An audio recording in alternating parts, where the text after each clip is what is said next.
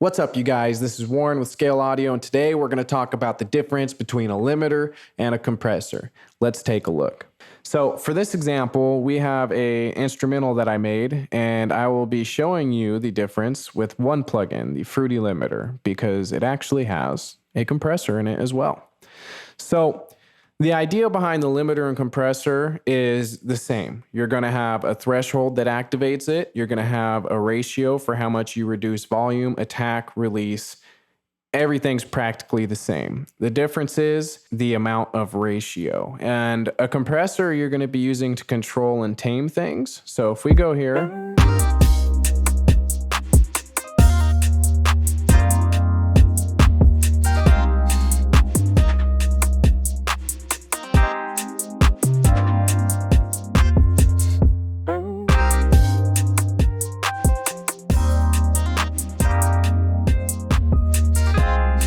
you can see we're kind of flattening things out. Now, what's happening here with where I'm at right now, it's a 2.5 to 1. That means for every 2.5 decibels that come through or go above the threshold, we are going to turn it down to 1 dB.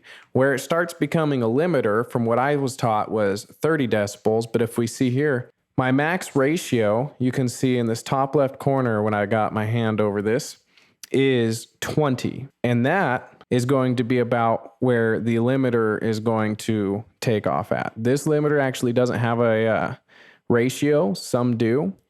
But if we did have a ratio here, we would see it take off from the 20 decibels. Now, the reason for this is because if you have 20 decibels, turning into 1 dB, that's such a large decrease in volume that your ear is going to get to the point where it basically it thinks you're just stopping the sound. The sound is not going to get louder. It's not going to pass the ceiling. And that's the idea of the limiter, is the limiter is going to stop sound from passing that threshold. And this allows you to have loud tracks. You're going to do limiting a lot on masters for songs.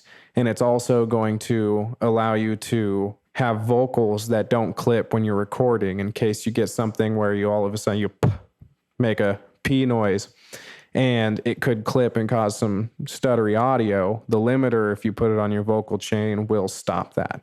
So let's take a look at this limiter on this instrumental right here.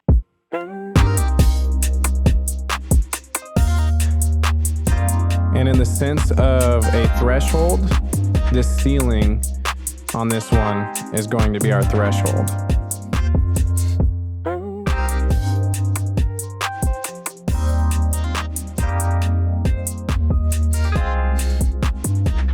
And as you can see, that got us a bunch more reduction. That is the basic idea of the difference between a limiter and compressor. It's literally how much it compresses and what you generally use it for because of that. Don't overthink it. They're the same thing, but different animals. It's literally as soon as you start getting past that 20 to 1 or 30 to 1 ratio, you're technically limiting. Even if you're using a compressor, if you're using a limiter and you go a lower ratio, you're technically compressing. It's just kind of a nuance. Don't trip yourself up over it too much. This is Warren with Scale Audio, and adios.